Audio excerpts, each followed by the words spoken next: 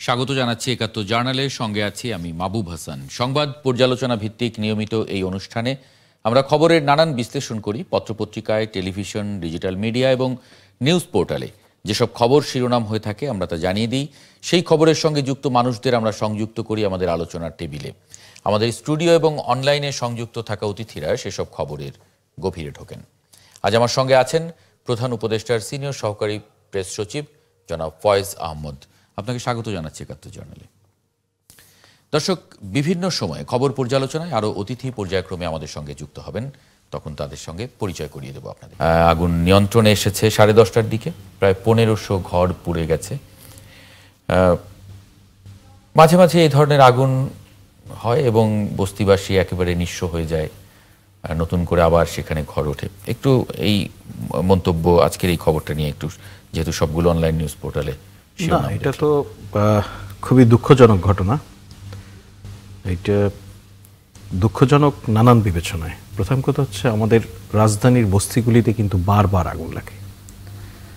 এই আগুন লাগার এক এক সময় এক এক কারণ থাকে। তবে এখন আমরা মৌসুমগত দিক থেকে যে মৌসুমে প্রবেশ করেছি, আবহাওয়ায় এই সময়টা কিন্তু অগ্নিকাণ্ডের জন্য খুব সেন্সিটিভ একটা সময়। জি। তো আমাদের কড়াইল বস্তির ক্যারেক্টারটা আপনি জানেন। এই একটু জায়গায় হাজার হাজার ঘর, এর একটি ঘরে যদি কোনোভাবে কোনো অগ্নিকাণ্ডের ঘটনা ঘটে, সেটা খুব দ্রুত ছড়িয়ে পড়ে। আর যেটা বলছিলাম, ওয়েদারটাও এখন এরকম যে আগুন ছড়িয়ে পড়ার জন্য যথেষ্ট। তারপরে আবার যেটা হয়, ঢাকা শহরের বাস্তবতায় আপনি নিশ্চয়ই খেয়াল করেছেন যে ফায়ার সার্ভিসের কর্মীরা পানির সংকটে ভুগছিল, ভেতরে যাওয়ার রাস্তা থাকে না। হ্যাঁ, এই বাস্তবতার মধ্যে আমরা আছি। তো এটা যেটা করতে হবে, যে প্রথমত এই খুব স্বাভাবিক কারণে একটা, এখন পর্যন্ত যেটা আমাদের কাছে এই আগুনের ঘটনায় এত কষ্টের মধ্যেও এতগুলি মানুষ গৃহহারা হলো, তার মধ্যেও যেটা আশার সংবাদ, সেটা হচ্ছে এখন পর্যন্ত আমরা কোনো প্রাণহানির খবর পাইনি। কিন্তু বহু মানুষ ঘর হারিয়েছে, এটা তো আপনি বলছিলেন। এটা খুব শকিং। এখন এই আগুনের আসলে প্রকৃত কারণ কি খুঁজে বের করা, ক্ষয়ক্ষতি নিরূপণ করা, যারা ক্ষতিগ্রস্ত হয়েছে তাদের পুনর্বাসনের ব্যবস্থা করা, এখানে সরকারের বেশ কিছু রেসপন্সিবিলিটি রয়েছে এই পুনর্বাসন প্রক্রিয়ায়, উদ্ধার প্রক্রিয়ায়। সে কাজগুলি খুব তড়িৎভাবে যেন করা হয়, সে বিষয়ে ইতিমধ্যে সরকারের সর্বোচ্চ পর্যায় থেকে সংশ্লিষ্টদেরকে নির্দেশনা দেওয়া হয়েছে, সেটা নিয়ে কাজ চলছে। কিন্তু আমাদেরকে যে জায়গাটা, ইভেন এই ঘটনার পরে ইমিডিয়েট যে আলোচনাটা সরকারের মধ্যে, যেটা হয়তো এখনো কোনো মাধ্যমে আসেনি, আমি যেটা আপনাকে বলছি, যে ইমিডিয়েট যে আলোচনাটা হয়েছে, সেটা হচ্ছে যে শুধুমাত্র ক্ষতিপূরণ দেয়া, শুধুমাত্র পুনর্বাসন নিশ্চিত করা, বা শুধুমাত্র একটি তদন্ত করে এর কারণ খুঁজে বের করা, এর মধ্যে সীমাবদ্ধ না থেকে ভবিষ্যতে যেন আমাদের এই একদম হাইলি ডেন্সিটি যেগুলি এই বস্তিগুলি রয়েছে শহরের মধ্যে, এ সমস্ত জায়গায় হুটহাট করে এরকম অগ্নিকাণ্ডের ঘটনা না ঘটে, সে বিষয়ে কী ধরনের পদক্ষেপ নেওয়া যায় সেটা দেখা। আরেকটা বিষয় দেখুন, এগুলি বিচার বিশ্লেষণের বিষয় আছে। এই জায়গায় আগুন লাগা কিন্তু নতুন ঘটনা নয়। তার মানে কি, যতবারই ধরেন আগুন লেগেছে, নিয়মতান্ত্রিকভাবে তদন্ত হয়েছে, সে তদন্তে তো কারণ খুঁজে বের করার পাশাপাশি কিছু রিকমেন্ডেশনসও থাকে। সেই রিকমেন্ডেশনসগুলি প্রতিফলন আসলে হচ্ছে কিনা, সেগুলিও দেখার বিষয় রয়েছে। এই বিষয়টি নিয়ে কাজ হচ্ছে, সংশ্লিষ্ট কর্তৃপক্ষের সঙ্গে ইতিমধ্যে আলাপ আলোচনা শুরু হয়েছে। তো আশা করি এই জায়গাটা খুব যৌক্তিকভাবে অ্যাড্রেস করা হবে। কিন্তু যেটা আমরা, এই মানুষগুলির শোক, তারা গৃহহারা হলেন, এই শোক তো তাদের একার নয়, এটা আমাদের সবার। সুতরাং এটাতে তো সমবেদনা জানানো ছাড়া কিছু করার নেই। তবে আমাদের ভবিষ্যতের জন্য এই সমস্ত বিষয়ে, আমাদের দুর্যোগ, দুর্ঘটনা, এগুলি বিষয়ে আরো নানান প্রস্তুতির প্রয়োজন আছে। যে কিছুদিন আগে একাত্তর টেলিভিশনে একটি সংবাদ এরকম প্রচার হয়েছিল যে এই বস্তিগুলোতে যেভাবে ইলেকট্রিসিটির লাইনগুলো নেওয়া হয় অবৈধভাবে, এবং সেটা একটা সিন্ডিকেটেড ওয়েতে এটি করা হয় এবং খুবই বিপজ্জনকভাবে খাম্বা থেকে নিয়ে আসছে, এরকম অনেক ছবিও। ধরুন, আমি তো এখন সরকারকে প্রতিনিধিত্ব করি, তো আমার পক্ষে অনেক কথা বলাও মুশকিল। কিন্তু এটা হচ্ছে বাস্তবতা যে বস্তিগুলিতে, বিশেষ করে রাজধানীতে আগুন লাগার ক্ষেত্রে অতীতে আমরা কখনো কখনো এর রাজনৈতিক কারণও দেখেছি, যে বস্তিতে আগুন লাগার মধ্য দিয়ে এখানে যারা নিয়ন্ত্রণ করে তাদের হাত বদল হয়। তো এখানে কি হয়েছে আসলে আমরা জানি না, এটা খতিয়ে দেখা ছাড়া কোনো বিকল্প নেই। কিন্তু দুর্ভাগ্য হচ্ছে, এই কারণে কথাটা বললাম, যে এই মানুষগুলিকে ক্যাপিটালাইজ করা হয়। আমি ঠিক এখন বলতে পারবো না এটা কত সালের রিসার্চ এবং এইটা কাদের গবেষণা আমার পরিষ্কার মনে নেই, তবে আমি নিজে এটা দেখেছি এবং এটা নিয়ে আমি নিজে কাজ করেছি, আমি রিসার্চে পেয়েছি রাজধানীতে যে বস্তিবাসী আছে তাদের যে লিভিং কস্ট সেটা আমার আপনার চেয়ে বেশি। তারা বস্তিতে থাকে সত্য, কিন্তু তাদের ঘর ভাড়া, তাদের বিদ্যুতের লাইন, পানি, এভরিথিং তাদেরকে হাই প্রাইসে পারচেস করতে হয়। তাদের লিভিং কস্ট আমাদের চেয়ে বেশি, কিন্তু আনফরচুনেটলি এরা একটা চক্রের মধ্যে পড়ে থাকে, জিম্মি হয়ে যায়। তারা তাদের লাইফ, তাদের সবকিছুই নির্ভর করে অনেকটা দাদনের মতো করে একটা জায়গায় আছি, ঘর ভাড়া দিচ্ছি, থাকছি, সবকিছু হাই প্রাইস, এক্সপেন্সিভ। এই বস্তির জীবন এক্সপেন্সিভ, আমরা বস্তি মনে করছি, এরা কিন্তু আমার আপনার চেয়ে বেশি টাকা খরচ করে তাদের জীবন যাপন করতে হয়। সুতরাং এই বাস্তবতা, এগুলিকে ওভারঅল আমাদের অ্যাড্রেস করতে হবে আসলে, এর কোনো বিকল্প নেই এটা, এবং এটা কোনো এড়িয়ে যাওয়ার সুযোগ না, সেটাই আর কি। জি, আমরা যদি একটু এই মুহূর্তের খবরটা একটু জেনে আসি। করাইল বস্তিতে সহকর্মী নিবিড় সাহা, তাকে একটু যুক্ত করে নেব। নিবিড়, এই মুহূর্তের পরিস্থিতি যদি আমাদের একটু জানান। আমরা জানি যে 10:30টার দিকে আগুন নিয়ন্ত্রণে এসেছে, এরপরে ফায়ার সার্ভিস বিভিন্ন রকম সার্চিং কার্যক্রম করছিলেন তারা। এখন আসলে কি পরিস্থিতি, কোনো হতাহতের খবর আছে কিনা?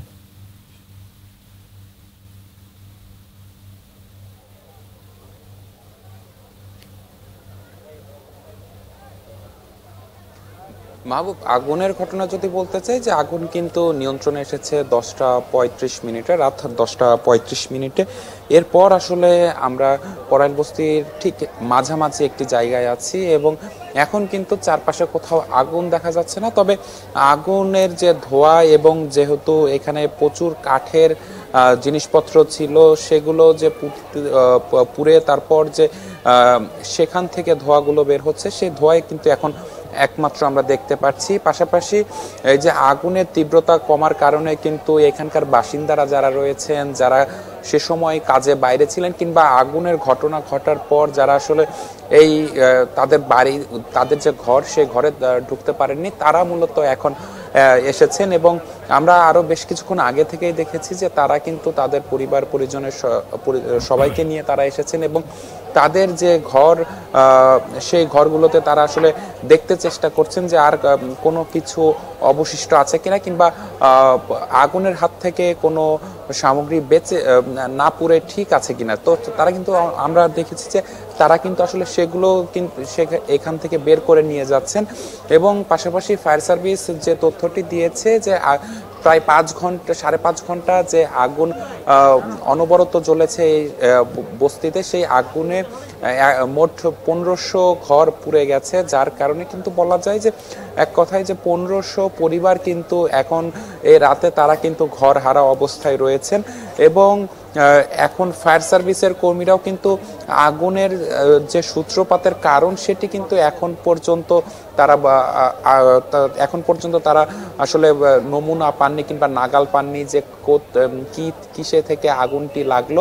তারাও কিন্তু বলছেন যে তাদেরও কয়েকটি টিম কিন্তু এই ভেতরে বিভিন্ন পুড়ে যাওয়া বিভিন্ন সামগ্রী থেকে তারা কিন্তু নমুনা সংগ্রহ করছেন, এবং সেগুলো পরীক্ষা নিরীক্ষা এবং তদন্তের পর তারা আসলে বলতে পারবেন যে কিভাবে এই আগুনের সূত্রপাতটি হলো। এবং বরাবরই এই করাইল বস্তিতে প্রতি বছরই যে অগ্নিকাণ্ডের ঘটনাগুলো ঘটছে, সেই উদাহরণ টেনে কিন্তু ফায়ার সার্ভিসের কর্মকর্তারা যেমনটি বলেছেন যে তাদের কিছু প্রতি বছরই এই করাইল বস্তিতে তারা মহড়া দিয়ে থাকেন, এবং তাদের যে কর্মীরা আছেন, ফায়ার ফাইটাররা রয়েছেন, তাদেরকে আসলে প্রশিক্ষণ দেওয়া হয় এই করাইল বস্তিতে আগুন লাগলে। মানে এরকম আমি এটা দেখছিলাম যে ফায়ার ব্রিগেড যে ব্রিফিং করছে, সেই ব্রিফিং এ তারা বলছিল যে কিছুদিন আগে তারা সেখানে ড্রিল করেছেন, এবং যে কারণে তারা আগুন নেভাতে পেরেছেন, বলছেন যে 5.5 ঘন্টার মধ্যে নিভিয়ে ফেলা গেছে। কারণ অনেক প্রতিবন্ধকতা ছিল, তারপরেও নইলে এটা আরো 2-3 ঘন্টা বেশি লাগার কথা তারা বলছিলেন এরকম। অনেক ধন্যবাদ নিবিড় সাহা যুক্ত হবার জন্য। আমরা একটু যুক্ত করে নেব হাবিবুর রহমান হাবিব, বিএনপি চেয়ারপারসনের উপদেষ্টা। জি হাবিবুর রহমান হাবিব, এই যে বস্তিতে যে আগুন লেগেছে এবং এখানে নিম্ন আয়ের মানুষ, প্রায় 1500 ঘর পুড়েছে। 1500 ঘর পুড়েছে মানে তাদের আসলে সহায় সম্বল সবই পুড়েছে, এরকমটা ধারণা করা যায়, তদন্ত না করেও এভাবে বলা যায় সাধারণ চোখে। সেই জায়গায় আপনার একটু কমেন্ট নিতে চাই।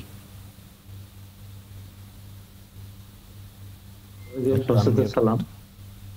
খুবই পরিষ্কার করে বলতে চাই যে 1500 ঘর পুড়ে গেল, মানে 1500 পরিবার, 1500 পরিবার যদি 3 জন করে থাকে 4500, 4 জন করে থাকলে 6000 লোক। এই যে মানুষগুলি অসহায় অবস্থা পড়ে গেল, এখন কিভাবে এরা আবার নতুন করে এরা বাঁচার কোনো রাস্তা দেখছি না। প্রতি বছরই আমরা দেখি। আর এখন তো এখনো সেই আগুনে পোড়ার সেই মৌসুম তো এখনো শুরু হয়নি, এখন তো শীতকাল চলছে, শীত যাবে তারপরে আগুনে পোড়া আমরা দেখেছি। আর বিভিন্ন সময় বস্তিগুলো পোড়াতো এক চক্র, এক শ্রেণীর লোক, তারা এটা দখল করার জন্য বস্তি পুড়িয়ে দিয়ে সেখানে হয়তো আবার দখল নেওয়ার জন্য অথবা বিল্ডিং করার জন্য। এখন তো কোন রাজনৈতিক দল রাষ্ট্রীয় ক্ষমতায় নেই। এখন এইটা খুবই দুঃখজনক। এখন কোনো আশঙ্কা করেন আপনি, কি এই ঘটনায় কোনো আশঙ্কা করেন?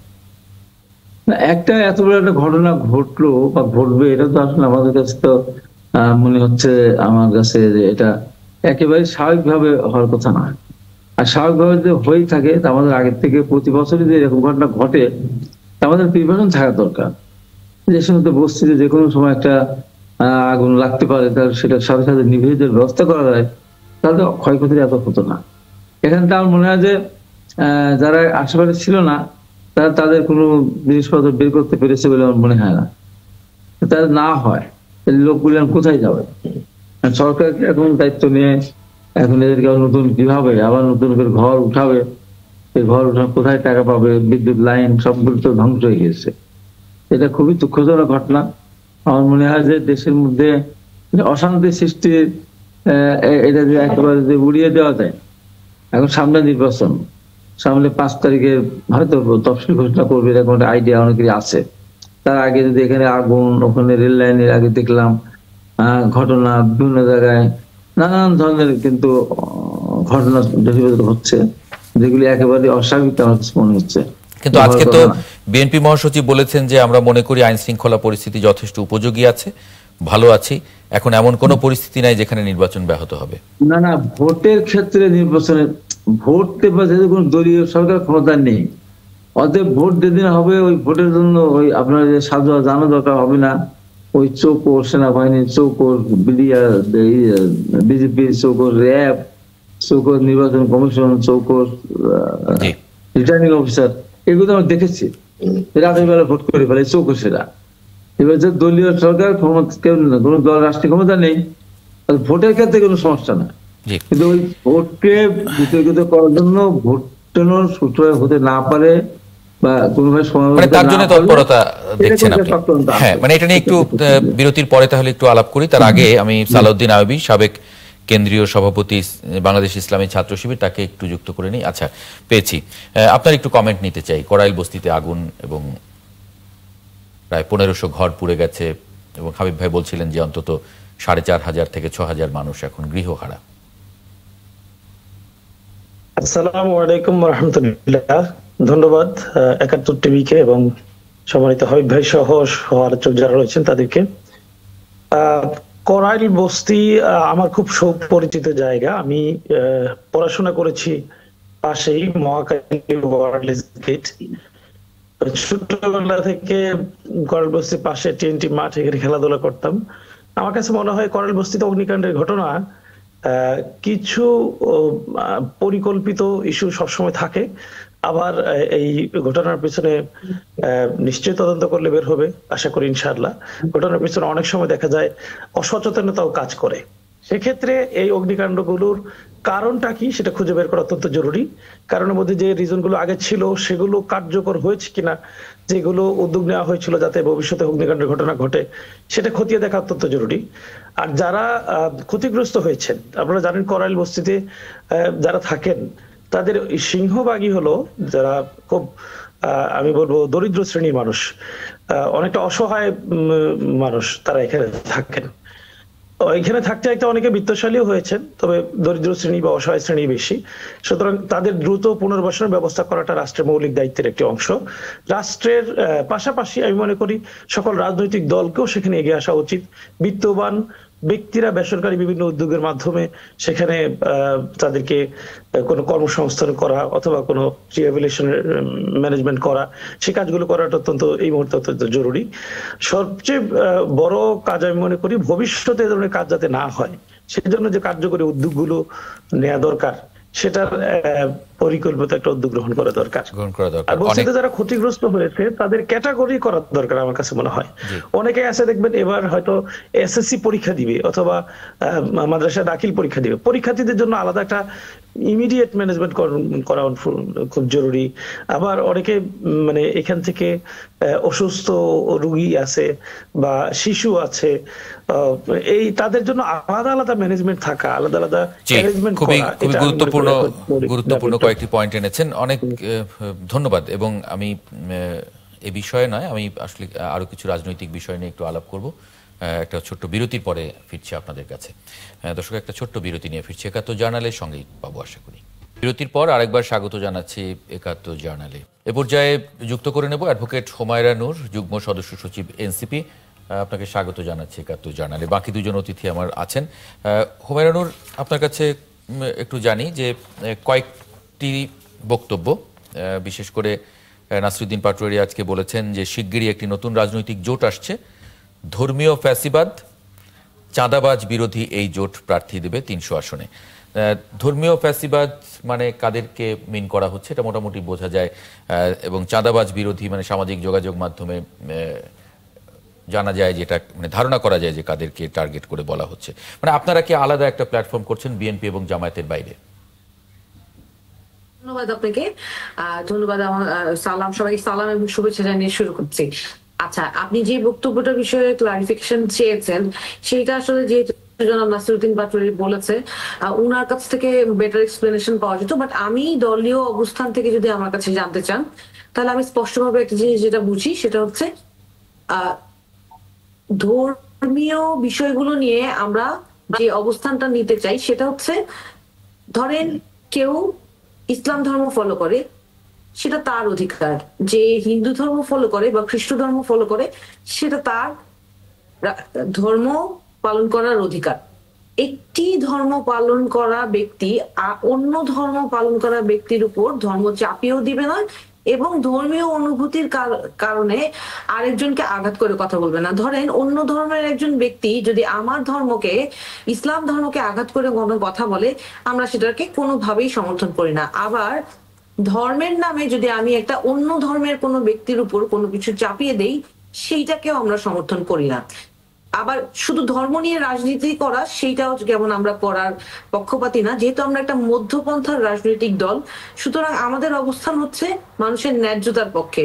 যে যার ব্যক্তিগত ধর্ম পালনের স্বাধীনতা যেমন আছে, একজন নাগরিক হিসেবে তাদের যে ব্যক্তিগত স্বাধীনতা, নাগরিক মর্যাদা নিয়ে যাতে তারা বাঁচতে পারে, সেই রাজনীতিটা আমরা করার প্রতিজ্ঞা করেছি।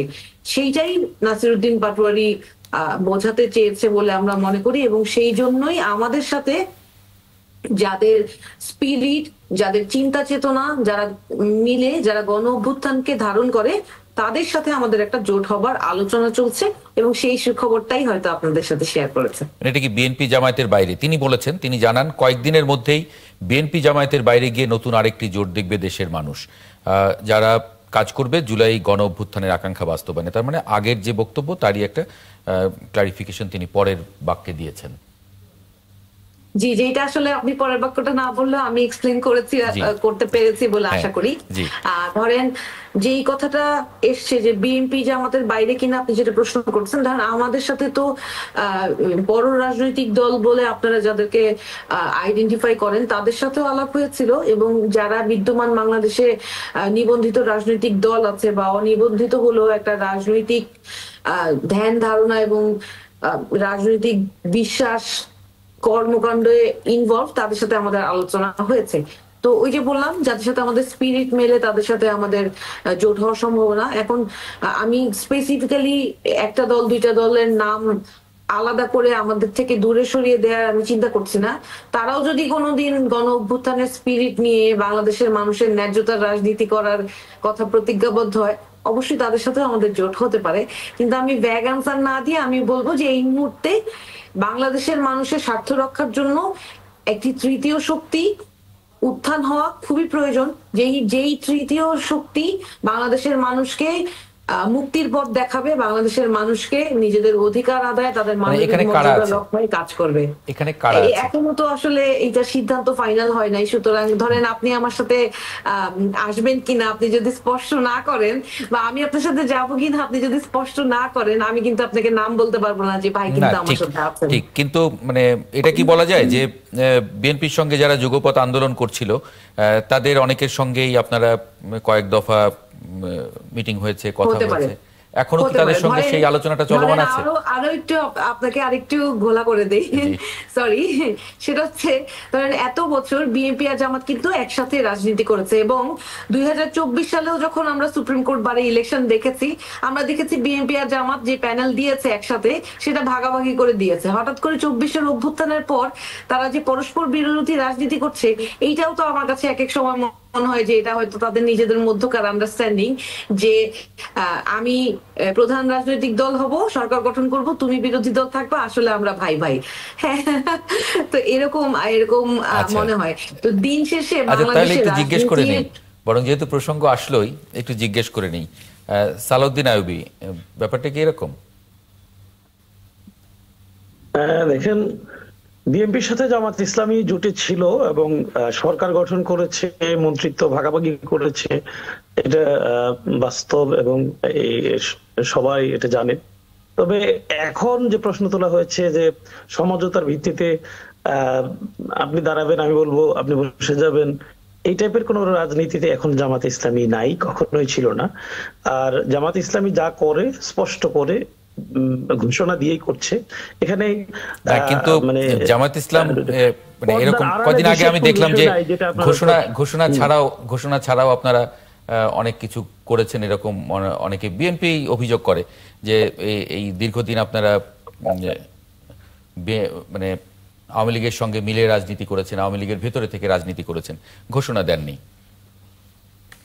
আওয়ামী লীগের সাথে আন্দোলন করেছে জামাত ইসলামী, এটা তো বাস্তব। তত্ত্বাবধায়ক সরকারের আন্দোলন, মানে আমি ওটা বলিনি, এমনকি 24-এর আন্দোলনের আগেও, এবং এটা জাতীয় পত্রিকায় এসেছে। 24-এর আন্দোলনের আগে আপনাদের অনেক নেতাকে দেখা গেছে ছাত্রলীগ, যুবলীগ, আওয়ামী লীগে থাকা, তারা আবার পরবর্তীতে প্রকাশ্যে এসেছেন। আপনি জামাতের আমির, সেক্রেটারি, নায়েবে আমির, হাজার হাজার জামাত ইসলামীর নেতা কর্মী কোথায় কোন জায়গায় এই ঘটনা দেখলে যে আগে আওয়ামী লীগের সাথে ছিল, এগুলো আসলে আমি বলবো একটা হাস্যরসের সৃষ্টি করে রাজনীতিতে।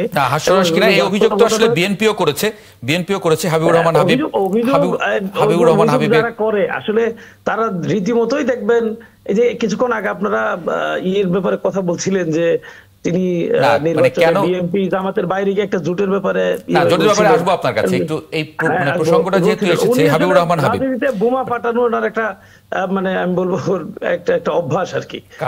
এরকম জামাত ইসলামী সম্পর্কে অবান্তর কথা এটা অনেকে বলে থাকেন। এগুলোকে ইতিমধ্যেই আমাদের সম্মানিত আমিরে জামাত বলেছেন যে এই ধরনের অবান্তর কথার জবাব দেওয়ার পরিবেশ, সময় আসলে জামাত ইসলামীর নাই। জামাত ইসলামী সেই জায়গায়। আমি একটু হাবিবুর রহমান হাবিবের কাছে যাই। হাবিবুর রহমান হাবিব,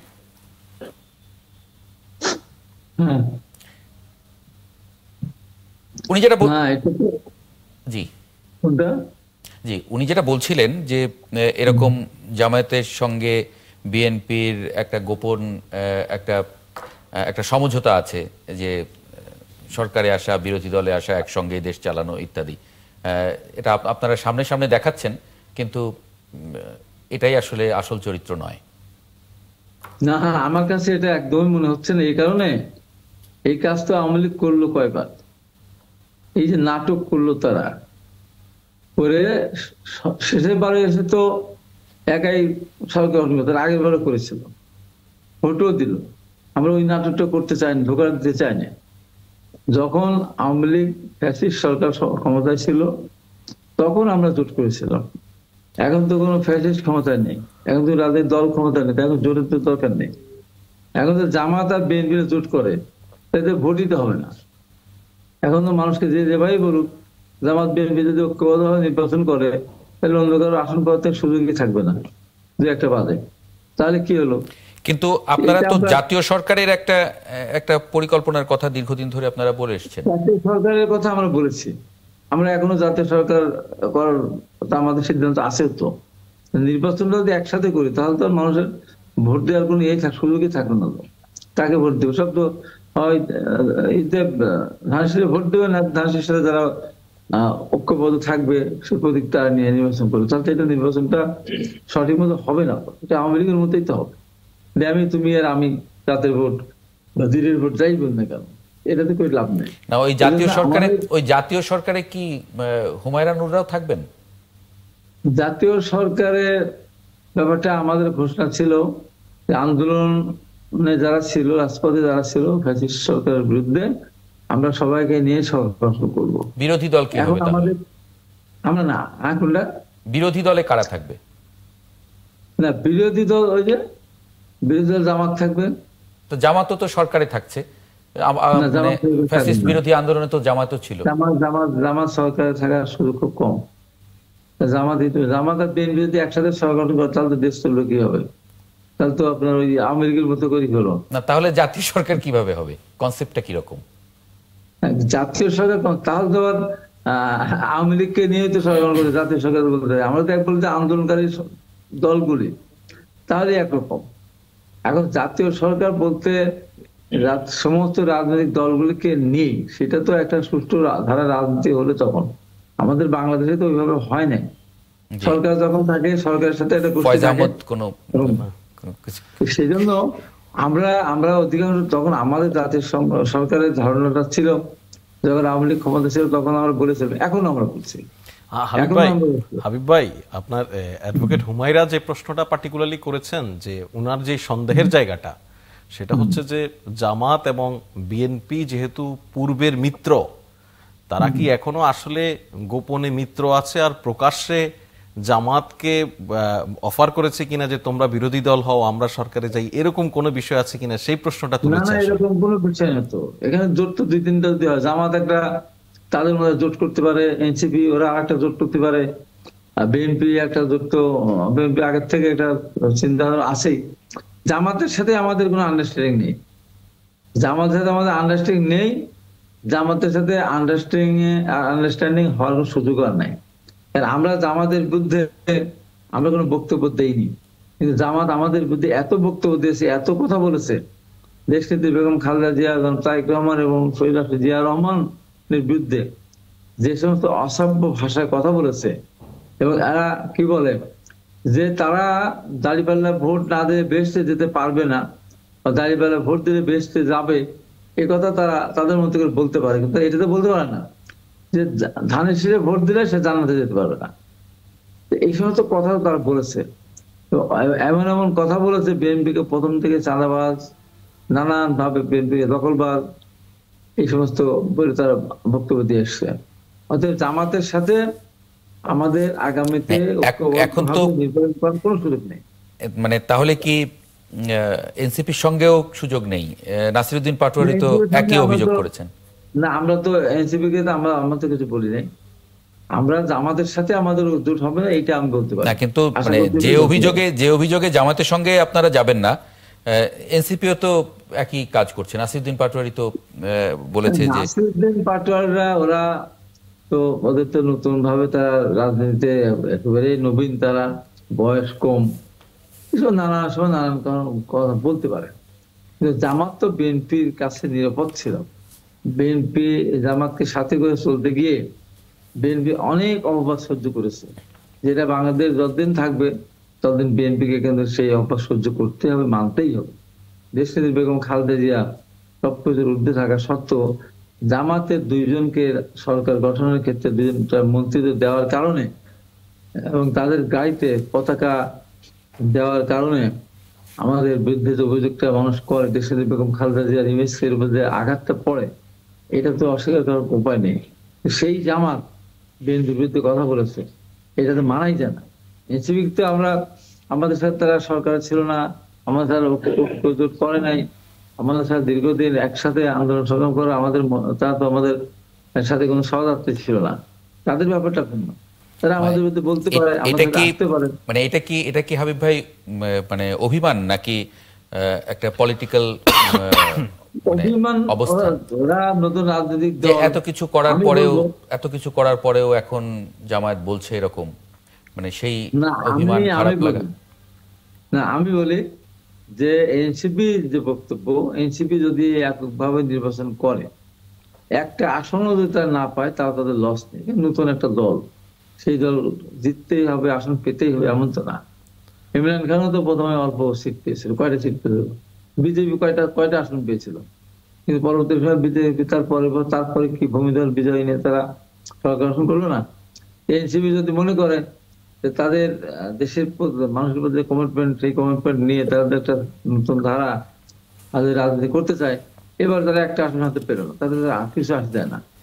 তার কারণ বিএনপি যদি রাষ্ট্রীয় ক্ষমতা যায়, এনসিপি রাজনীতি করবে, এনসিপি তার বিএনপি বাধা দেবে না, বিএনপি কাউকে রাজনীতি করতে বাধা দিবে না।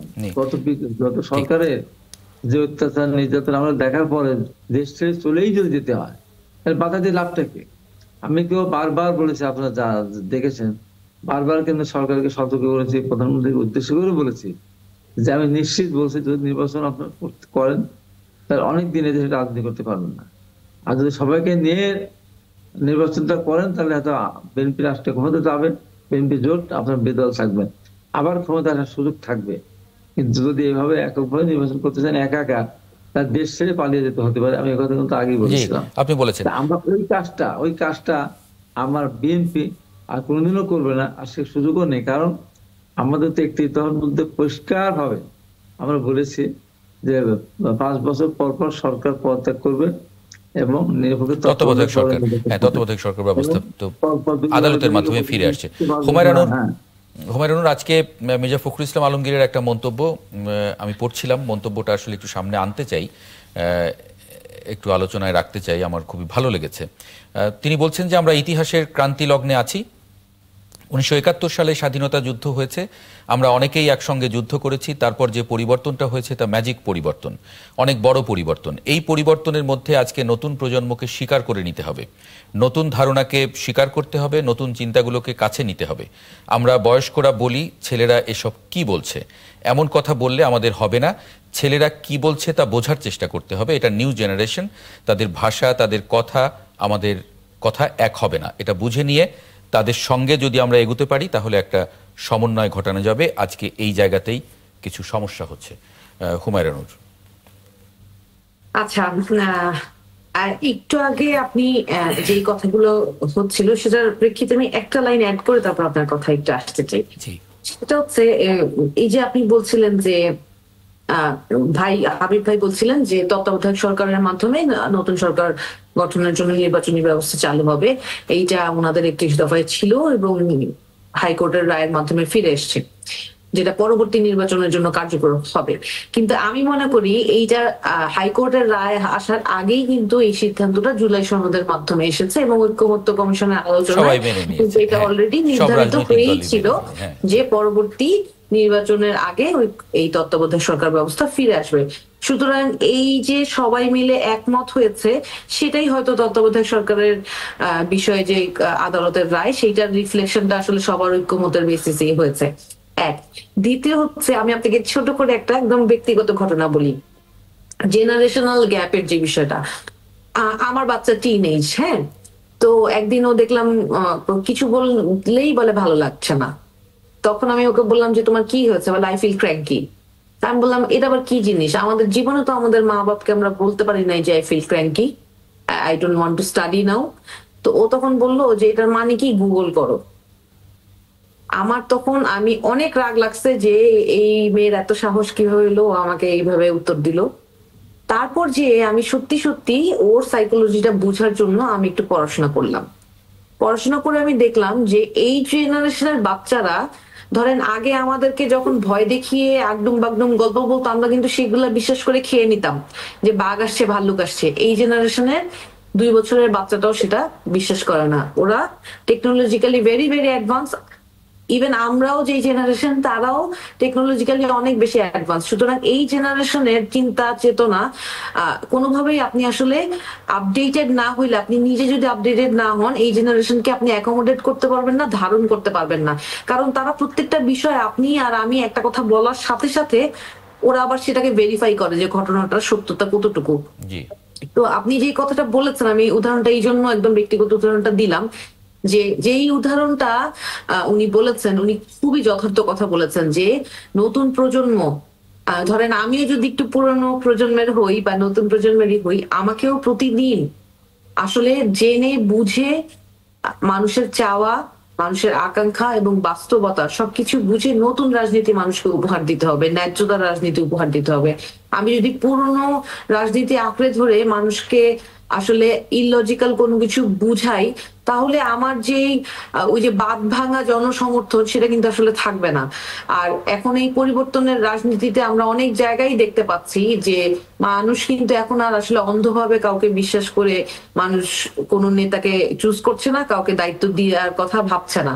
সুতরাং এই জিনিসটা প্রত্যেকটা রাজনৈতিক দলকে আসলে ভেবে নিয়েই আগাতে হবে যে যেহেতু এখন সবাই সবকিছু সত্য মিথ্যা সামনে দেখতে পারে এবং সেই অনুযায়ী তাদের বিচার বিবেচনা প্রত্যেকটা মিনিট আসলে চেঞ্জ হয়, সেই জন্য যেমন আমার দলের মধ্যেও কিন্তু আমি সবাইকে বলি যে দেখেন, আমার পরিবার থেকে আমাকে বলেছে যে তুমি যেহেতু রাজনীতি জয়েন করেছো, তোমার ব্যক্তিগত জীবন এবং তোমার রাজনৈতিক জীবন এখন কিন্তু আর আলাদা নাই, তোমার প্রত্যেকটা জিনিস স্ক্রুটিনাইজড হবে। তো আমার দলের ভাই বোনদেরকেও কিন্তু আমি এই কথাটা বলি যে এমন কিছু আমরা না করি, এমন কিছু না বলে, আমিও ভুল বলে ফেলি অনেক সময় অনেক কিছু, বাট তারপরেও চেষ্টা করি যে আমরা শিখে আগাই বা এমন ভাবে চলি যাতে আমরা মানুষকে সুযোগটা না দেই যে মানুষ ওই নেগেটিভিটিটার কারণে আমাদের ব্যাপারে মানুষের নেগেটিভ ইমপ্রেশন হয়। ওই যে বলে না যে ঘর থেকে আগে শেখানোটা শুরু করতে হয় ভালো জিনিসের চর্চাটা, আমরা চেষ্টা করছি যে এনসিপির ভেতর থেকে আমরা এই চর্চাটা আগে শুরু করি যে আমরা নিজেরা এমন একটা রাজনীতি বা রাজনৈতিক ব্যবহার শিষ্টাচার আস্তে আস্তে নিজেদের মধ্যে গড়ে তুলি যাতে আমরা বাংলাদেশের মানুষকে একটা নতুন রাজনৈতিক বন্দোবস্ত উপহার দিতে পারি যেখানে সবার মধ্যে এরকম সহিংস রাজনীতি চলবে না, মানুষ আলাপ করবে ভদ্রভাবে, ডিসেন্টলি এবং সিদ্ধান্তে পৌঁছাবে সেখানে তো চিন্তা করে। নানান আপনাদের নানান বক্তব্য নিয়ে অনেকের অনেক ধরনের কথা নিয়ে খুব সমালোচনা আছে, সেই জায়গায় দলের ভিতর থেকে আপনারা এটা কিভাবে দেখছেন? ধরেন কিছু কিছু বক্তব্য শুনতে হয়তো মানুষের কষ্ট লাগে, কাউকে আঘাত করে কথা বলা হয়। ধরেন আমাদেরই দলের যদি কেউ কাউকে আঘাত করে কোনো কথা বলে, তার ব্যাপারে কিন্তু আমরা ইমিডিয়েটলি ব্যবস্থা নেই, তাকে হয়তো প্রথমে শোকজ করি, তারপরে যদি সেটা না শুধরায় তাহলে সেক্ষেত্রে ব্যবস্থা নেই। এখন ধরেন আমি ঢালাও ভাবে কাউকে চাঁদাবাজ বলেছি, আই এম ভেরি সরি, আমি কাউকে স্পেসিফিক্যালি বলছি না, আমি আবারও বলছি, কাউকে যদি আমি এই কথাটা বলে থাকি, এইটার পিছনে কারণ হচ্ছে ওই জিনিসটা মানুষ ফেস করছে এবং মানুষ ওই জিনিসটাতে কষ্টে আছে বলে মানুষের কথাগুলো আমাকে হয়তো শুনতে কটু শোনা যাচ্ছে কিন্তু আমাকে বলতে হচ্ছে। আবার একই সাথে কিন্তু আমরা অনেক জায়গায় আমরা ইরেসপেক্টিভ অফ আওয়ার রাজনৈতিক মতবাদ, আমরা কিন্তু একটা জায়গায় খারাপ হলে সেটা আমার অন্য রাজনৈতিক ভাই বোনের ব্যাপারে হলো সেটা আমরা স্পষ্টভাবে স্বীকার করি। যেমন কয়দিন আগে যুবদলের যে ভাই মারা গেল, আমরা কিন্তু বলেছি যে এটা আমাদের জন্য খুব কষ্টের যে একজন রাজনীতিবিদের জীবন কতটা নিরাপত্তাহীন। গতকালকে যে বেগম খালেদা জিয়া হাসপাতালে ভর্তি হয়েছেন, উনি তো আপসীন নেত্রী, উনি সেদিন সামরিক বাহিনীর যেই প্রোগ্রামটা ছিল সেই প্রোগ্রামে দেখলাম যে উনার হাত ভীষণ ফুলে গেছে, পাটা তো দেখা যাচ্ছে না, হাতটাই ফুলে গেছে। ভীষণ ভয় লাগলো, কষ্ট লাগলো, কারণ উনি আমাদের দেশের গার্ডিয়ান, আমরা ওনার জন্য দোয়া করি। ধরেন দুইটা বকা দুইজনকে ওনারা আমাদেরকে দিল, আমরা ওনাদেরকে দিলাম, দিন শেষে কিন্তু ওনারাও আমাদের রাজনৈতিক অভিভাবক, আমরাও ওনাদের কাছ থেকে শিখতে চাই, ওনাদেরও আমাদেরকে শাসন করার অধিকারটা আছে, কিন্তু আমরা চাই সবাই মিলে দেশটাকে সুন্দরভাবে গড়ে তুলতে, মানুষের জন্য কাজ করতে। ফয়জ আহমদ, নতুন যে রাজনীতির কথা, ৭১ সালে তরুণ প্রজন্মরা একটা পরিবর্তন নিয়ে আসলেন, সেটা রাজনৈতিক, সামাজিক এবং আমরা একটা রাজনৈতিক মানচিত্র পেয়ে গেলাম। ২৪-এর এই প্রসঙ্গেও একই রকমভাবে মির্জা ফখরুল ইসলাম আলমগীরের যে মন্তব্য, একটা নতুনদের কথা আসলে শুনতে হবে, বুঝতে হবে, তারা কি ভাষা বলছেন, তাদের ভাষা ভিন্ন হবে, সেটাই স্বাভাবিক, কিন্তু সেটা অনুধাবন করতে হবে, অভিভাবক হিসেবে বুঝতে হবে, সেরকমটা আমি যতটুকু বুঝেছি। আপনার একটু না, দেখুন, এটা তো খুবই প্র্যাকটিক্যাল এবং উনি সময় এবং বাস্তবতা সম্মত কথা বলেছেন। দেখুন, আমি একটা কথা বলি কি, সবচেয়ে বড় সত্য হচ্ছে আসলে সময়। আপনার সময়টাকে রিড করতে পারতে হবে। আমরা যদি সময়কে রিড করতে না পারি, এটা আপনি যদি পলিটিক্যাল ল্যান্ডস্কেপে দেখেন, আপনি ইকোনমিক ল্যান্ডস্কেপে দেখেন, বিজনেসের জন্য দেখেন, যে কোনো বিবেচনায়, আপনি ধরুন এখন থেকে 30 বছর আগে যে ধরনের রাজনীতি, যে ধরনের ব্যবসা বাণিজ্য খুব প্রচলিত ছিল, আজকে এসে সেটা এক্সিস্ট করছে না। মানুষ প্রতিনিয়ত বদলাচ্ছে, ডিভাইস চেঞ্জ হয়ে যাচ্ছে, ক্যামেরা, আপনার টেলিভিশনের টেকনোলজি পাল্টে যাচ্ছে, camera, so Nokia phone, exactly. তো এই বাস্তবতায় তবে ইন্টারেস্টিং কিছু বিষয় আছে। আমাদের যারা প্রবীণ পলিটিশিয়ান, সমাজের যারা প্রবীণ মানুষ যে কোনো সেক্টরের, এবং এই সময়ের যারা ইয়ত্রা আছেন, সব মিলিয়ে যদি আপনি দেখেন যে আমরা প্রযুক্তির একটা বড় পরিবর্তনকে সবাই একই সঙ্গে প্রত্যক্ষ করেছি। কি হতে পারে যে আমাদের থেকে জেনারেশনে যারা কয়েকটা জেনারেশন এগিয়ে, 1-2 জেনারেশন 3 জেনারেশন এগিয়ে, ওনারা হয়তো প্রযুক্তির এই পরিবর্তনটার সঙ্গে নিজেদেরকে খাপ খাইয়ে নিতে পারেননি, বা খুব বেশি ওনারা অ্যাডজাস্ট করেননি তার সঙ্গে, কিন্তু ওনারা কিন্তু এটা অবজার্ভ করেছেন। আবার আমাদের পরের যে জেনারেশনগুলি আছে, তারা এই প্রযুক্তির মধ্যেই জন্ম লাভ করেছে। সুতরাং এখানে কিছু কিছু জিনিস, যেমন আপনার মনে থাকবে কিনা আমি জানি না, ফ্লপি ডিস্ক বলে একটা জিনিস ছিল। ফ্লপি ডিস্কে অদ্ভুত কিছু ব্যাপার ছিল, যে আপনি একটা ডিভাইস থেকে আরেকটা ডিভাইসে আপনি ডেটা ট্রান্সফার করার আগে অনেক সময় নাই হয়ে যেত। তো ফ্লপি ডিস্ক খুব অল্প সময় সাস্টেইন করেছে। এখন এই কথাটা আমি উদাহরণটা এই কারণে বললাম যে আমরা ফ্লপি ডিস্কের মতো প্রযুক্তি কিন্তু আমরা পেয়েছি, যেটা সাস্টেইন করেছে খুব অল্প সময়। সুতরাং আমি যদি আমার কতদিন আমি সার্ভাইভ করতে চাই, আমার পলিটিক্যাল চিন্তা চেতনা, রাজনীতি দীর্ঘদিন করা, রাজনীতিতে অনেক লম্বা রেস, হ্যাঁ, তো এই রেসে টিকে থাকা, এখানে আমি কি ফ্লপি ডিস্কের মতো টিকে থাকবো, নাকি আমি পেন ড্রাইভের মতো যেটা সার্ভাইভ করবে এরকম টিকবো, নাকি আমি অন্য হার্ডওয়্যারের মতো টিকবো? সুতরাং এই জায়গাটা বিবেচনা করা খুব জরুরি। তো আমাদের সব জেনারেশনে সব সময়, যেটা আমি বলছি, সময় সবচেয়ে বড় সত্য, সব সময় কিছু ফ্লপি ডিস্ক টাইপের পলিটিক্স থাকবে, কিন্তু সেটা সার্ভাইভ করতে পারবে না। আমি যদি 5 আগস্টের পরে দেখি, কত কত রাজনৈতিক দল এখানে কিন্তু আত্মপ্রকাশের চেষ্টা করেছে, আত্মপ্রকাশ করেছে।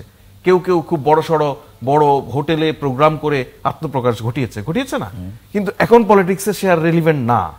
সুতরাং আপনার রাজনৈতিক একটা আলটিমেট গোল থাকা লাগবে, আমি কোথায় পৌঁছাতে চাই, কেন পৌঁছাতে চাই, সেই জায়গাটা থাকার ফলে কি হয়, ধরুন আমার এই যে এনসিপির ভাইয়েরা বা জামাতের ভাই বিএনপি, ওনারা রাজনৈতিক জোট নিয়ে কথা বলছেন না।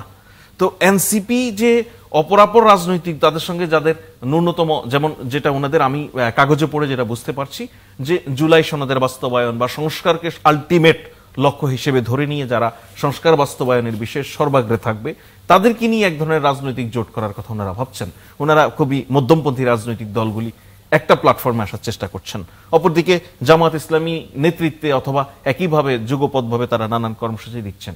এই যে একটা তাদের আলটিমেট মিল, আপনি ভয়ঙ্কর বিস্ময়করভাবে আপনি খেয়াল করলে দেখবেন, জামাত ইসলামীর সঙ্গে অপরাপর যে সমস্ত রাজনৈতিক দলের এখন একসঙ্গে যুগপৎ আন্দোলন হচ্ছে, সেই জায়গায় এমন পলিটিক্যাল পার্টি আছে, ইসলামিক পলিটিক্যাল পার্টি, যারা জামাতকে মোটে মুসলমানই মনে করতো না, ভিন্ন তরিকার, তাদের মধ্যে খুব এই জায়গাগুলিতে হয়তো ওনারা আলটিমেট একটা ঐক্য এবং রাজনীতি গোলটা ঠিক করতে পেরেছেন বলে তারা একসাথে হাঁটতে পারছেন। তো সেই জায়গায় আমার মনে হয় রাজনীতির এই রেসটা যেহেতু লম্বা, সেক্ষেত্রে আগামী নির্বাচন আমাদের এক্সিস্টিং পলিটিক্যাল পার্টিগুলোর মধ্যে কারো কারোর জন্য, সবার জন্য গুরুত্বপূর্ণ কয়েক বিবেচনায়, কারোর জন্য রাষ্ট্র ক্ষমতায় যাওয়ার জন্য, আবার কারোর জন্য রাজনীতিতে টিকে থাকার জন্য। সেক্ষেত্রে দেখা যাক কি দাঁড়ায়। তবে আমি যেটা প্রত্যাশা করি, বা আমি যেহেতু সরকারের এই দায়িত্ব পালনের আগে সাংবাদিকতা করেছি এবং পলিটিক্যাল জার্নালিজমই করেছি, সেক্ষেত্রে একটা জিনিস আমি আপনাকে বলতে পারি, এবং স্পষ্টত এটা ঘটবেই, সেটা হচ্ছে আমরা রাজনীতির মেরুকরণ বা নানান ডেভেলপমেন্ট এখন যেভাবে দেখছি, এইটা নির্বাচনের তফসিল ঘোষণার পর প্রার্থিতা প্রত্যাহারের শেষ দিন পর্যন্ত নানান ধরনের ডাইমেনশন, নানান শেপ নিতে পারে। আমি কাট অফ টাইম এই কারণে বলছি, তফসিল মনোনয়নপত্র প্রত্যাহারের শেষ দিন পর্যন্ত, ওই দিন পর্যন্ত পলিটিক্যাল পার্টিগুলির মধ্যে নিজ নিজ আন্ডারস্ট্যান্ডিং এর সুযোগ আছে। সুতরাং ওইটাকে কাট অফ টাইম ধরলে আমরা আগামী কয়েক সপ্তাহ আমরা দেখবো যে আমাদের পলিটিক্সে নানান ডাইমেনশন আছে, এটা খুব ইন্টারেস্টিং হবে। অতিথিদের একটু ধন্যবাদ জানাই, হাবিবুর রহমান হাবিব, সালাউদ্দিন আইয়ুবী এবং অ্যাডভোকেট হুমায়রা নূর, আপনাদের তিনজনকে অনেক ধন্যবাদ যুক্ত হওয়ার জন্য আজকে ৭১ জার্নালে। দর্শক, একটা ছোট্ট বিরতি নিয়ে ফিরছি, সঙ্গে থাকবেন আশা করি। বিরতির পরে আরেকবার স্বাগত জানাচ্ছি ৭১ জার্নালে। এই পর্যায়ে কথা বলবো ৭ দিনে প্রবাসী ভোটার নিবন্ধন ৩২,০০০ ছাড়িয়ে গেছে। আগামী ডিসেম্বরের ৫ তারিখের আগে যে ভোটার তালিকা পাবো সেই তালিকা অনুযায়ী নির্বাচনের দিকে এগিয়ে যাব, নির্বাচন কমিশন সচিব আজকে জানিয়েছেন। গেজেট প্রকাশ হয়েছে গণভোটের, সেখানে আলাদা ব্যালট পেপার থাকবে এবং সেটা রঙিন পেপার। সব মিলিয়ে একটু আলোচনা করতে চাই। অধ্যাপক ডক্টর আক্কাস আহমেদ, রাজনৈতিক বিশ্লেষক, আমাদের সঙ্গে যুক্ত হয়েছেন। আক্কাস আহমেদ, এই ৩টি বিষয় নিয়ে একটু আপনার অবজারভেশন আশা করছি। বিশেষ করে গণভোটটা নিয়ে একটু আলোচনা করতে চাই। গণভোটের যে গেজেট হয়ে গেছে, গেজেট হতে যাচ্ছে, গেজেট অনুমোদন হয়েছে, আগামীকাল হয়তো হয়ে যাবে। রঙিন পেপার, আলাদা পেপার থাকবে, 2টো ব্যালট। এটা নিয়ে নানান ধরনের কথাবার্তা হয়েছে রাজনৈতিক দলগুলো, কিন্তু সরকার একটা সিদ্ধান্ত নিয়েছে, সেটা মেনেও নিয়েছে সবাই আপাত দৃষ্টিতে সেই জায়গায়।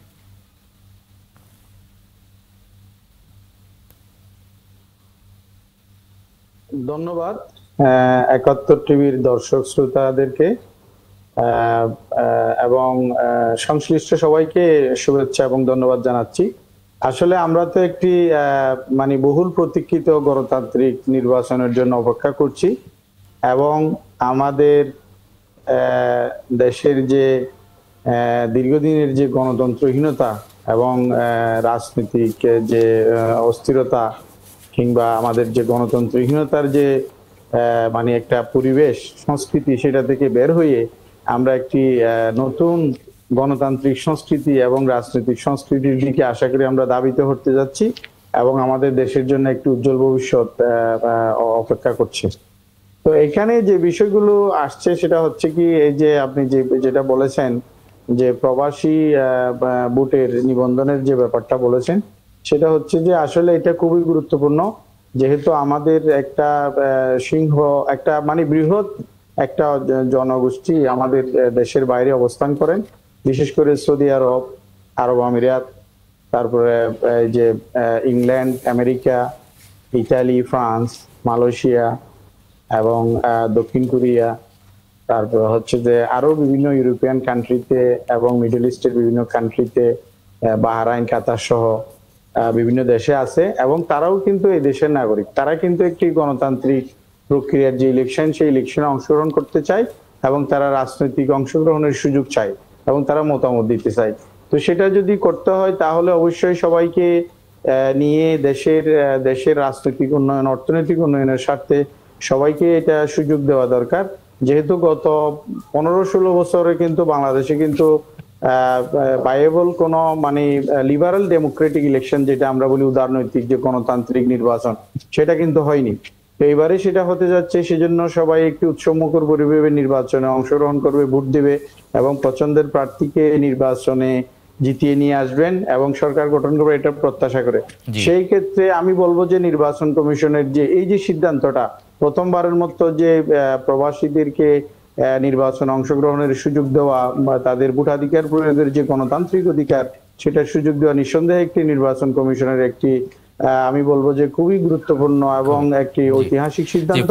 আমরা যদি একটু বৈশ্বিক প্রেক্ষাপটে যদি চিন্তা করি, সেটা কিন্তু মার্কিন যুক্তরাষ্ট্রেও কিন্তু এই ধরনের ব্যাপার আছে, জাপানেও আছে, ব্রিটেনেও আছে, কিন্তু এটা ভারতে নাই। ভারতে কিন্তু ওই যে আপনার বিদেশিরা ভোট দিতে পারে, কিন্তু সেটা দেশে এসে, কিন্তু পাকিস্তানেও কিন্তু দেওয়া যায়। সেটা হচ্ছে কি, তারা অনলাইনে রেজিস্ট্রেশন করে পাকিস্তানেও কিন্তু ভোট দেওয়া যায়, আপনি ফিলিপাইনেও দেওয়া যায় এবং সেটা পৃথিবীর প্রায় সব দেশে দেওয়া যায়, শুধুমাত্র ইন্ডিয়া ব্যতিরেকে। তো সেটা আমরা যদি করতে পারি, আমাদের যে প্রসেস সেটা যদি করতে পারি, নিঃসন্দেহে এটা আমাদের জন্য একটি ভালো হবে এবং একটি সুন্দর দৃষ্টান্ত তৈরি হবে যে এটা আমাদের যে যুগান্তকারী সিদ্ধান্ত বলছেন সবাই, এবং বিশেষ করে প্রবাসীরা। ফয়েজ আহমদ, মানে অ্যাপে 7 দিনে 32,000 ছাড়িয়ে গেছে, নিবন্ধন করেছেন ভোট দেবার জন্য। এখানে মানে কোন আসনে কতজন ভোট দিতে পারবেন, মানে সেগুলো নিশ্চয়ই আলাদা থাকবে সেভাবে। এখানে দেখুন, আমি এখানে এটা খুব বলা প্রয়োজন, বিশেষ করে আমাদের প্রবাসী যেই ভাই বন্ধুরা আছেন। প্রথম হচ্ছে বাংলাদেশের এই যে গণ অভ্যুত্থান, বাংলাদেশের যে ফ্যাসিবাদ থেকে মুক্তি, এটার পিছনে তাদের বিশাল ভূমিকা আছে, বিশাল ভূমিকা। ওনাদের যেই স্বতঃস্ফূর্ত আন্দোলন, কোথাও কোথাও বা মানে যে দেশে আছেন সেই দেশের আইন উপেক্ষা করে বাংলাদেশের কথা চিন্তা করে ওনারা জীবনের ঝুঁকি নিয়েছেন, তাই না? ওনারা রেমিটেন্স ব্লকেডে চলে গেছেন, রেমিটেন্স পাঠানো বন্ধ করে দিয়ে, অর্থাৎ শেখ হাসিনার রেজিমকে লাল কার্ড দেখানোর জন্য ওনারা যথেষ্ট ভূমিকা রেখেছেন, সত্য। একটা বিষয় হচ্ছে এই যে পোস্টাল ব্যালটে ভোট, এইটা কিন্তু বাংলাদেশের নির্বাচনী আইনে নতুন কোনো সংযোজন নয়।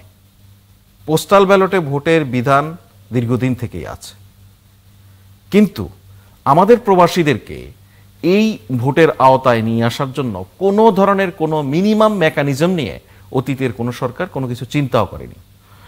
ইন্টারিম গভর্নমেন্ট দায়িত্ব গ্রহণের পর প্রবাসীদের এই আবেদনকে স্মরণ রাখার জন্য তাদের কথা বিবেচনা করে একটা মেকানিজম দাঁড় করানোর সর্বোচ্চ চেষ্টা করেছে। এখানে আমি কথাটা এই কারণে খুব জরুরিভাবে বলছি, প্রথম কথা 7 দিনে এই যে 35,000 হয়ে যাওয়া, দ্যাট ইজ হিউজ রেসপন্স। এটা প্রমাণ করে যে আমাদের প্রবাসীরা বাংলাদেশের পরবর্তী সরকার বলেন এবং বাংলাদেশ রাষ্ট্রের পরবর্তী বিনির্মাণের জায়গায় তারা কিভাবে ভূমিকা রাখতে চান, তারা কতটা উদ্গ্রীব, এটা প্রমাণ করে। কিন্তু একই সঙ্গে দুঃখজনক বিষয় হচ্ছে এর পরেও বহু প্রবাসী হয়তো ভোটাধিকারের সুযোগ পাবেন না, নানান কারণে পাবেন না। টেকনিক্যাল কিছু এরর থাকতে পারে, আমাদের সরকারের বা ইলেকশন কমিশনের নানান সীমাবদ্ধতা থাকতে পারে, বিকজ আমরা খুবই অল্প সময় পেয়েছি। যে সিস্টেম দাঁড় করানো, এটা সর্বোচ্চ চেষ্টা করা হয়েছে যতটুকু দাঁড় করানো যায়, এবং সময় স্বল্পতার কারণে অনেকেই হয়তো পার্টিসিপেট করতে পারবেন না। আমি সেই ভাইদেরকে যারা চেষ্টা করেও পারবেন না তাদের কাছে দুঃখ প্রকাশ করছি এবং একই সঙ্গে অনুরোধ করব যে এটাতে আপনারা অন্তত এই জায়গায় সন্তুষ্ট হন, আপনাদেরই কোনো ভাই না বন্ধু এবার পারছে।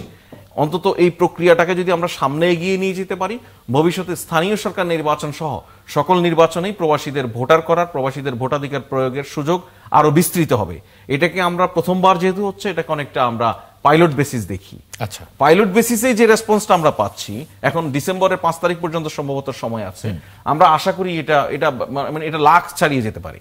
তাহলে এই আপনি যেটা বলছেন যে কে কোন আসেন, এটা তো ডেফিনেটলি এটা যে আপনার ড্যাশবোর্ড রয়েছে, অ্যাপসের মাধ্যমে যখন রেজিস্ট্রেশন করছেন, রেজিস্ট্রেশনে উনি ওনার এনআইডি নাম্বার, উনি কোন এলাকার ভোটার, এগুলি সব অটোমেটিক্যালি ফিল আপ হয়ে যাচ্ছে এবং সেই হিসেবে উনি দুটো ভোট দিতে পারছেন। উনি একই সঙ্গে ওনার নির্বাচনী এলাকার যে সংসদ সদস্য প্রার্থী সেখানে ভোট দিতে পারছেন, একই সঙ্গে উনি গণভোটে অংশ নিতে পারছেন। এটা একটা বিরাট সুযোগ। অনেকের, আমি আবারও মেনশন করছি, এটা আমি সেই ভাইদের প্রতি দুঃখ প্রকাশ করছি যারা এই সুযোগটা গ্রহণ করতে পারেননি। ওনাদের সীমাবদ্ধতার কারণে হতে পারে, আমাদের সীমাবদ্ধতার কারণে, বাট আমরা একটা বডি ইনিশিয়েটিভ আমরা শুরু করেছি, এটা যেন বাংলাদেশে এগিয়ে যায়, ভবিষ্যতে যেন চালু থাকে, সেজন্য সবার এক ধরনের রেসপন্স দরকার, সবার সহযোগিতা দরকার। আসলে একটা বিরতি নেব। অধ্যাপক আক্কাস আহমদ, আপনাকে অনেক ধন্যবাদ যুক্ত হবার জন্য আজকে ৭১ জার্নালে। দর্শক, একটা ছোট্ট বিরতি নিয়ে ফিরছি, সঙ্গে থাকবেন। আশা করি বিরতির পরে আরেকবার স্বাগত জানাচ্ছি ৭১ জার্নালে। এই পর্যায়ে দেখে নেব ৭১ আগামীকাল সকালে যে পত্রিকাগুলো আপনার হাতে পৌঁছবে কি শিরোনাম করেছে আজকে। শুরুতে যুগান্তর, ভোটের আগেই প্রস্তুত হচ্ছে সংসদ ভবন। দৈনিক ইনকিলাব, ভোটের ভাগ্য লটারিতে, মাঠ প্রশাসনের অদবদলে জামায়াতের প্রস্তাব অনুসরণ। দৈনিক জনকণ্ঠ, উপদেষ্টা পরিষদে অধ্যাদেশ অনুমোদন, একই দিনে গণভোট ও সংসদ নির্বাচন। আমাদের সময়, দেশের রাজনীতিতে প্রভাব বাড়ছে অতি দক্ষিণ পন্থার। সংবাদ প্রতিদিন, খালেদা জিয়ার নিবিড় পর্যবেক্ষণে আপাতত নতুন জটিলতা নেই। বণিক বার্তা, গ্যাস সরবরাহে গত ১.৫ বছরে বাপেক্সের আরও অবনমন। Daily times of Bangladesh, EC faces rare dual vote challenges. এই ছিল পত্রিকাগুলোর শিরোনাম। আগামীকাল যেগুলো আপনার হাতে পৌঁছবে, আজ সকালে যে পত্রিকাগুলো হাতে পৌঁছবে, আমরা এই পর্যায়ে একটু আলোচনা করতে চাই। আজকের দিনের অন্যতম একটি বড় ঘটনা, ৪৭তম বিসিএস পরীক্ষার্থীরা আন্দোলন করছে লিখিত পরীক্ষা পেছানোর দাবিতে, এবং সেখানে আন্দোলনকারীদের ছত্রভঙ্গ করতে পুলিশের লাঠিপেটা, জলকামান, এবং সেটা নিয়ে একটা পরিস্থিতি তৈরি হয়েছে। যদি একটু যুক্ত করে নেই, একজন পরীক্ষার্থী সাইফ মুরাদ এবং আন্দোলনকারী। সাইফ মুরাদ, মানে কি কারণে আপনারা পেছানোর আন্দোলন করছেন, এবং এটা অনেকদিন ধরেই করছেন? এর আগেও আপনাদের একজন প্রতিনিধির সঙ্গে আমার কথা হচ্ছিল এই অনুষ্ঠানে, সেটাও আমার যতদূর মনে পড়ে ১০-১৫ দিন আগে হবে। বা আরেকটু বেশিও হতে পারে সেই জায়গা থেকে? জি, আমাদের আসলে আন্দোলনটা ওই পরীক্ষার রুটিন দেওয়ার পর আগ থেকে শুরু হয়। আর আমাদের আন্দোলনটা আসলে পরীক্ষা পেছানোর জন্য না, আমাদের আন্দোলনটা হচ্ছে যে একটা যৌক্তিক সময় দিয়ে আমরা আমাদের প্রতি যে জুলুমটা হচ্ছে সেই জুলুমটার যেন না হয়, সেখান থেকে যেন আমরা রেহাই পাই, সেটার জন্য আসলে একটা আন্দোলন করতেছি। আসলে আমাদের পরীক্ষা পেছানো শব্দটা আমাদের সাথে যায় না, কারণ আমরা পরীক্ষার জন্য যৌক্তিক যেটা সময় সেই সময়টাই পাইনি। কারণ আপনারা যদি অ্যানালাইসিস করেন তাহলে দেখবেন অতীতে হচ্ছে গিয়ে একটা পরীক্ষাতে মিনিমাম সর্বনিম্ন 6 মাস ছিল। ইভেন আমাদের সাথে যারা এখন বসবেন পরীক্ষা দিতে, পুরাতন শিক্ষার্থী যারা আগেও বিসিএস লিখিত পরীক্ষা দিয়েছেন, তারা অলরেডি 1.5 বছর একটা গ্যাপ পেয়েছেন। সরকার এই দেশের পরিস্থিতি পরিবর্তনের কারণে তারা 1.5 বছর ধরে একটা গ্যাপ পেয়েছেন। 1.5 বছর প্রিপারেশন নিয়ে মাত্র 3 মাস 3 আগে ওনারা পরীক্ষাটা দিয়েছেন, লিখিত পরীক্ষা। এবং ওনারা এখন আমাদের সাথে আবার এই বিসিএস লিখিত পরীক্ষায় বসবেন। তো আমার যিনি কম্পিটিটর, উনি যেহেতু অনেক লম্বা সময় ধরে প্রিপারেশন নিয়ে এসেছেন, এখন আমরা যারা নতুন শিক্ষার্থী, আমাদের জন্য সেটা 2টা বিসিএস এর মাঝখানে গ্যাপ রেখে মাত্র 40 দিনের মতো সময়। মানে আপনাদের সঙ্গে কি কর্তৃপক্ষীয় কারোর কোনো কথা হয়েছে? মানে কেউ কি আপনাদের কথা শুনছে? আমরা একাধিকবার বিভিন্ন আমাদের চেয়ারম্যানের সাথে কাছে গিয়েছি, প্রাথমিকভাবে স্মারকলিপি দিয়ে এসেছি।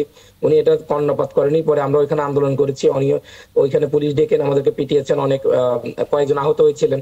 এরপর আমরা বিভিন্ন উপদেষ্টাদের বাসার ধারে ধারে গিয়ে বসেছিলাম, যে ছাত্র উপদেষ্টারা আমাদের স্বার্থ দেখবে বলে সরকারে এসেছিলেন, তাদের বাসার গেটে আমরা সকাল থেকে রাত পর্যন্ত বসেছিলাম ওনাদের সাক্ষাৎ পাওয়ার জন্য। পরে ওনাদের সাক্ষাৎ পাওয়ার পরে আমরা আরো বেশি হতাশ হয়েছি, কারণ ওনারা বলতে চাচ্ছেন সামনে একটা রাজনৈতিক দল ক্ষমতায় আসবে, তো ওনারা এর আগে এই লিখিত পরীক্ষা নিতে চান।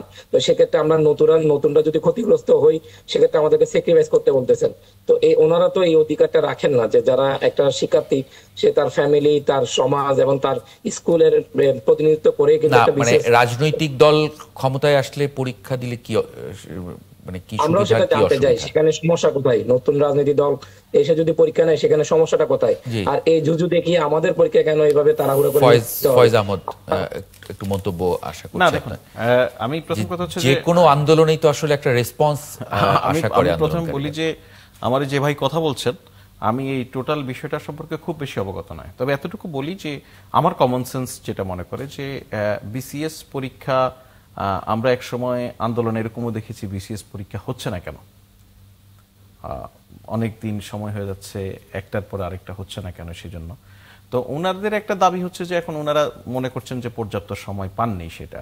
তো এইটা আসলে ঠিক কিভাবে অ্যাড্রেস করা যাবে, যারা এটার সঙ্গে এই প্রক্রিয়ার সঙ্গে পিএসসি ইনভলভ তারা দেখবেন। তবে একটা বাস্তবতা তো আছে, আমরা নির্বাচনের প্রস্তুতির মধ্যে যাচ্ছি। আবার আমরা অতীতে দেখেছি যে নির্বাচিত রাজনৈতিক সরকারের সময়ে যারা এই সিভিল সার্ভিসের জন্য হয়, তারা নানান ধরনের পরিস্থিতি মোকাবেলা করতে হন। সেসব বিবেচনা থেকে হয়তো ওনাদেরকে কেউ বলেছেন, কিন্তু এইটার প্রপার রেসপন্সটা পিএসসি আসলে ওনাদেরকে দিতে পারবেন। পিএসসি জানে কেন। উনি যে অভিযোগটা করলেন যে মানে এই সময়ে একটা নির্বাচন, মানে একটা বিসিএস পরীক্ষা ওনারা নিয়ে যেতে চান, পরে নির্বাচিত সরকার আসলে, সেটা তা না, হয়তো এভাবে বলেছেন, যেটা আমি ওনার আলোচনা থেকে বুঝলাম যে বিসিএস, এখন এই আলোচনাটা একটু অন্য জায়গায় যেতে হয়, যে এই সমস্ত সিভিল সার্ভিসের এই পরীক্ষাগুলির মধ্য দিয়ে আমাদের রাজনীতিতে নানান ধরনের অপকর্ম ঘটেছে। তো এই সময় একটা বেটার পরীক্ষার মধ্য দিয়ে, এটা ওনাদের স্বার্থেই, এটা জাতির স্বার্থেই, একটা যদি টোটালি নির্দলীয় রাজনৈতিক বিবেচনার ঊর্ধ্বে উঠে এসে কিছু মানুষকে সিভিল সার্ভিসে নিয়ে আসা যায়, যারা এখন থেকে 10 বছর 20 বছর 30 বছর পর প্রশাসনের সর্বোচ্চ জায়গায় নেতৃত্ব দিবেন, সেই জায়গায় হয়তো বিবেচনা করে কেউ বলে থাকতে পারেন। এটা আলটিমেটলি কোনো সিদ্ধান্ত নয়। এই জন্য আমি বলছি যে বিষয়টা সম্পর্কে আমি খুব বেশি অবগত নয়। তবে আপনি যে নিউজ পেপারের হেডলাইনগুলি নিয়ে কথা বলছিলেন, সেখানে আমি একটা ছোট্ট জায়গায় একটু রেসপন্স করার ব্যাপার আছে। একটা জায়গায় একটা কাগজের হেডলাইনে দেখছিলাম যে লটারির মাধ্যমে যে এসপিদেরকে রিশিডিউল করা হলো বা তাদের নতুন পদায়ন, সেটা নিয়ে জামাতের দাবি মেনে নেয় বা জামাতের ফর্মুলা, বিষয়টা কিন্তু ঠিক নয়। খেয়াল করুন আপনি যে গত 9 জুলাই, জামাত লটারির কথা বলেনি আগে, গত 9 জুলাই প্রধান উপদেষ্টা লটারির কথা বলেছেন। গত 9 জুলাই খেয়াল করুন।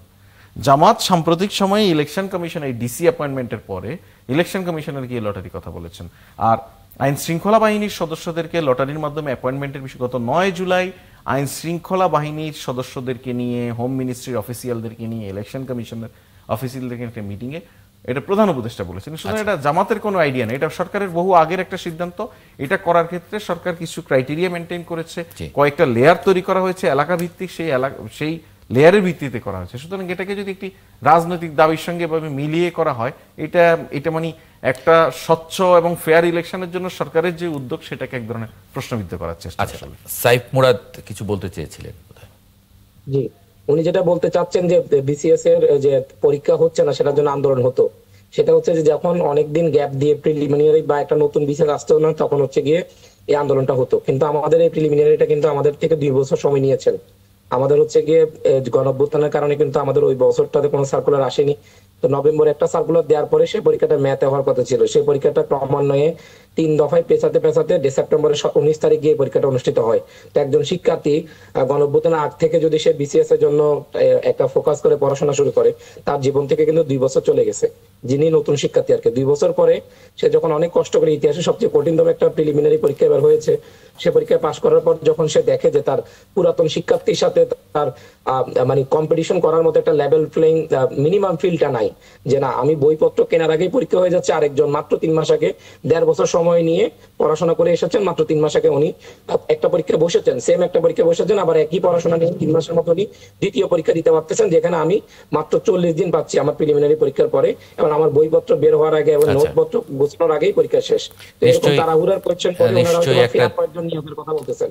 সেক্ষেত্রে নতুন শিক্ষার্থীর যারা অধিকাংশ শিক্ষার্থী আছেন তারা একটা জি পরিষ্কার হচ্ছে, নিশ্চয়ই এটার একটা যৌক্তিক উত্তর আসলে পাওয়া যাবে না। এখানে একটা মানে ওনাদের দাবির পিছনে কিছু ইমোশনাল ইস্যুজ আছে, এটা আমরা ইগনোর করতে পারছি না, এবং সেগুলো আসলে অ্যাড্রেস করা প্রয়োজন। এটা অ্যাড্রেস নিশ্চয়ই আমার ধারণা যে কাউকে, যেমন আপনাদের সামনে আবার অপশন আছে, যারা গতবার পরীক্ষা শেষ করতে বলা হচ্ছে যে একটা নিউজ শুরু হবে।